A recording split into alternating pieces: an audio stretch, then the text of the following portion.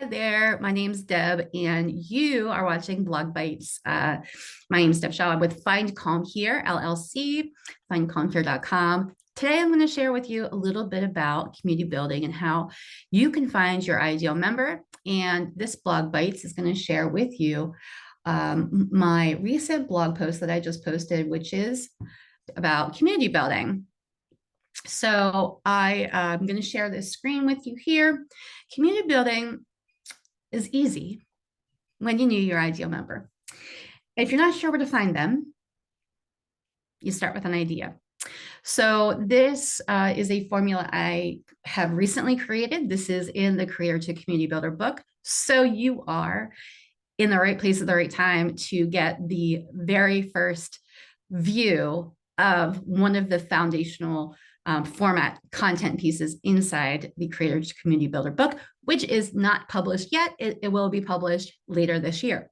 So one of the things that I've been working on with clients is sharing with them my experience as a community member in an online community. And so what this article starts with is about the community I was in, Location Indie. So I talk a little bit about my experience in Location Indie and how I met these people. This was predating the pandemic. And so I had worked at a corporate job at the time. I wanted to work remotely. My job didn't offer more than a day or two a month of remote work. And I was constantly wanting to travel, but not being able to get enough time off to be able to travel like I really wanted to. So the goal for me was, and I wasn't happy in that job. So one of the goals for me was to leave that corporate job and become location independent. I looked around and I found some online courses, and eventually I found the Location Indie community.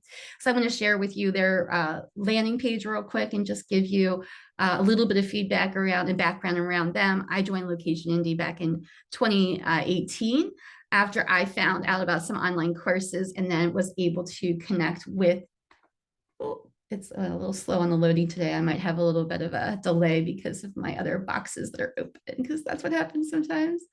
I'm gonna pause. There we go. They are having Camp Indie that's coming up pretty soon, which is awesome.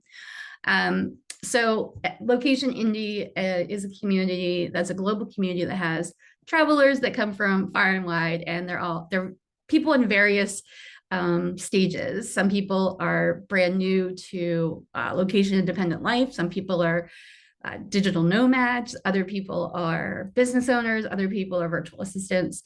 So basically the common theme here is we want to travel the world, work remotely, and do that. So that was the community that I've been a member of. And so the way I talk about and work with clients is through focusing on really having a really great member experience, because that's what kept me as an active member of that community for so long, because I was a really good fit for their ideal member, which I didn't know the term at the time. But now that I'm a community builder, I'm realizing that that was a really good fit. I was an ideal member for them. And so the idea framework is identify, discover, evaluate, and assemble. One of the most challenging aspects of community building is really about how do you find the right people for your community. I really talk to my clients about making sure the right person is in the room. And that can be really hard to find the right people. So that means you have to be really niche about your ideas. And what that means is you need to decide about who's excluded. And so there's a good quote here from Priya Parker that says, in a world of infinite choices, choosing one thing is a revolutionary act. Imposing that restriction is actually liberating. And I can so much agree and resonate with that quote, because I'll tell you, it's an amazing experience to sit in a room with your ideal members and know that they're there and that you can all work together to help solve each other's problems. It's an amazing experience. So looking at your identity of who your ideal members are, and then discovering, like, what are their common challenges? And it's not about the avatar. A lot of people talk about avatars, and I don't like that term. I think that literally that means a fake person. And we're not inviting fake people. We're inviting real people, at least the people, the clients I work with, we invite real people to a real community. So we want to talk with real people. And that can be hard for some people to, I was a reporter and a journalist. I am used to just walking up to people and asking people random questions and introducing myself to people. A little bit less comfortable now that the pandemic happens. To be honest, that's a little bit more challenging now. But it's just about really diving in and being open to just asking some questions and talking with people. If this is something you're really passionate about, you will be willing to push yourself a little bit to explore those boundaries. Considering like what's the common threads of these individuals? Have they participated in online communities? What activities could you picture them participating in together? How would they talk to this community about this community to their friends or family or colleagues? What would they be sharing with others about this community? How would they feel? How would you feel? And what would that be like? So those are some things to think about there in the discover period. And then the evaluate is the next in the idea format framework. So evaluate is really about taking that after you've done some conversations or you've done surveys, you have some data, you have something that you can look at. And you can say, okay, this is what I knew before I asked them. And here was my community concept. I had an idea. Let's say I wanted to launch a group for new moms, just a broad group for new moms. And then I went and talked to 10 new moms. That was the discovery part. And identifying the identity part, for example, was I want to talk to new moms. You found 10 new moms and you talked to 10 new moms and you learned about what their problems were when they're struggling with. And you decided from your background, for example, maybe you have a really great skill with organizing somebody's home. And I'll tell you, that's probably a really important feature for a parent, a new parent especially. If you could build a community or support or resources or somewhere that somebody would have, if they told you, if you learned during these conversations that these mothers wanted a support group for other people who were new mothers so that they could feel like they're resonating with others. They're not going through this alone. They also want to have some other experienced people to connect with. So they could ask people who've done this thing. Okay, I want to talk to some people who've had a kid. My kid's only 3 months. Can I talk to somebody who's had a kid that's been 3 months so I can know what to expect? So thinking about people in different phases and how you would serve those people. Okay, and maybe they say that they like those two things, but they don't have time for a community, okay?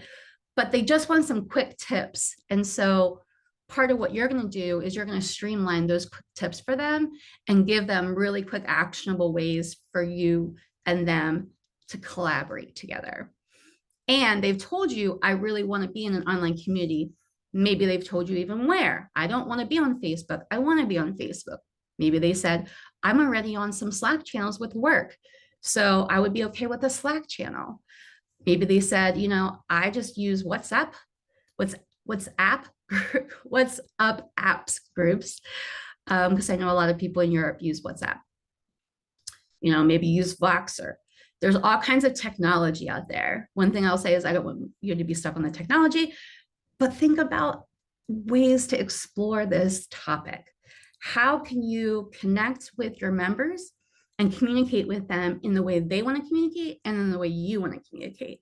So those are some things to think about in the discovery and in the evaluate phase. And I list some of those things there, just talking about reflecting on the responses, resonating with the problems, finding those key themes that resonate with multiple people, that kind of have that thread that comes throughout. And then you want to have a great experience for the members. So understanding what's going to make it a great experience for them. You don't want to create an entire course if everybody you talked to said, I don't want to take a course. Please don't make a course because that's not going to be helpful.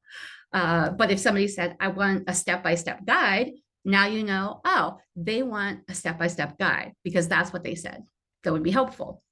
So just asking people before you create any content is going to save you, I'm going to tell you right now, it's going to save you so much time. You think that this is time consuming. So many clients are like, I don't have time to do these interviews that you want me to do, Deb. And I said, you need to do them. And if you've done them already recently, then that's great. If you did them 5 or 10 years ago, no, we need to do them like in the last year. You need to have a good check-in with your members because things change very, very quickly in this time frame. So we want to make sure we're keeping a pulse on your community. If you have an existing community, do that check-in like every 6 months with those people. Maybe you have a list that you keep, a curated list, and it says, all right, every year I make a list, and of our 100 members, I'll check in on 10 this month, 10 next month, so every month you're checking in on other people or something, creating systems for yourself that make it easier, but that way that you can keep a pulse on your membership. And then the last phase is about assembling. So the last part of the idea we did identify, discover, evaluate, and then it's going to be assemble. And this is typically where people find me in the launch phase. And I had a paragraph in the Creator to Community Builder book about a launch being 3 to 6 months. And the editor was like, it doesn't take that long, right? That's wrong, right? And I said, no, that's if you think about all the things that we're talking about and wanting to do it intentionally, it takes that long. Because guess what? You're going to have a more meaningful experience. You're going to have a better member experience. You're going to have a better experience with making decisions because there's a lot of decisions to make as an entrepreneur in general. And as a community builder, you're making tons of decisions. So that takes time. And obviously, this is probably not the only thing you're doing, right, in life. You might have a family, you might have parents, you might have children, you might have a job full time. And so that's why I'm sharing this as a 6-month plan, because I really believe that if you take it as a mindful and authentic approach, you can find calm with it, and it'll be a much better experience for you as a community builder, and your members will have a much better experience with you. You're also going to be able to have a better validation system so that you don't go to market with something like a course, for example, that isn't validated. A lot of clients I'm seeing, they're like, I need to build a course. Okay. Did you validate that? And how many people did you talk to that said, I would take your course? Because if you did not validate that and you don't have some kind of wait list, that's the first thing I would recommend that you do, is to get that validation by saying, it doesn't matter if you don't have a course right now.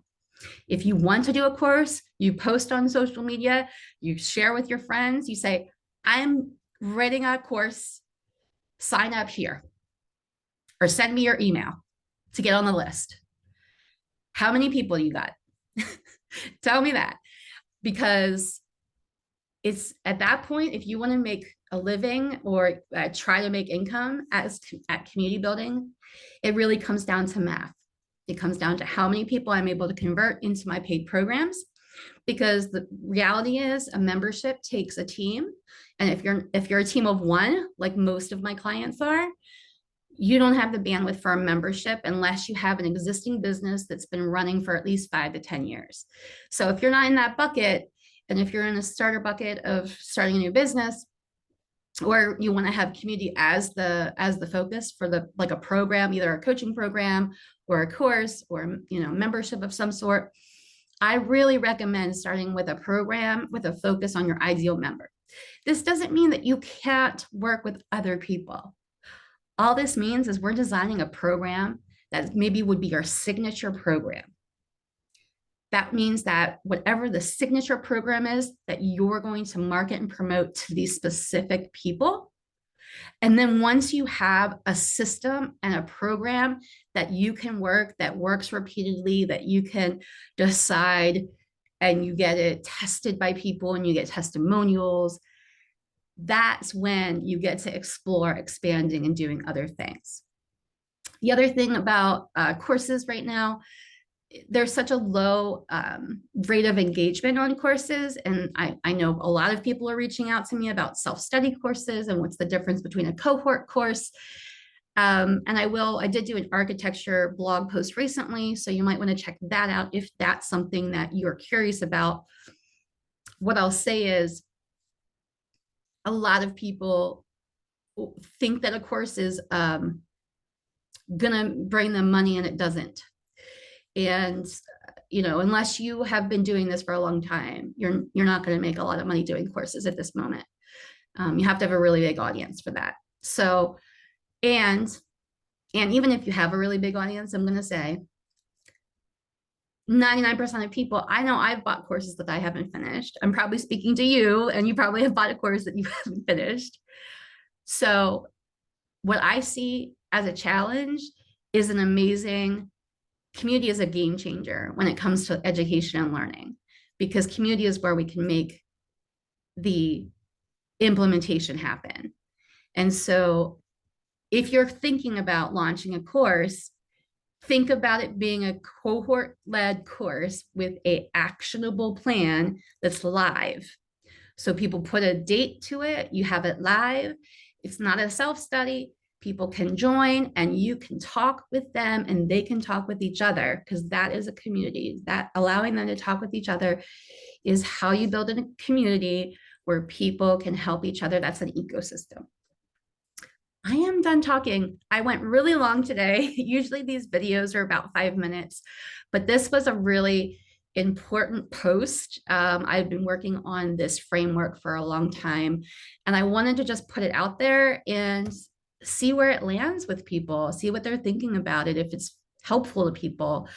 So if you find this valuable, please send me an email, share it with others. Tell me what your thoughts are about it, if it's been helpful.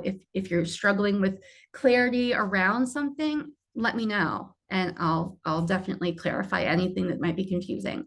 Have a great weekend. I'm about to jump in my car and go camping in a little bit. I'm out for the weekend, finally taking some time off. So I hope you have a great weekend. Bye.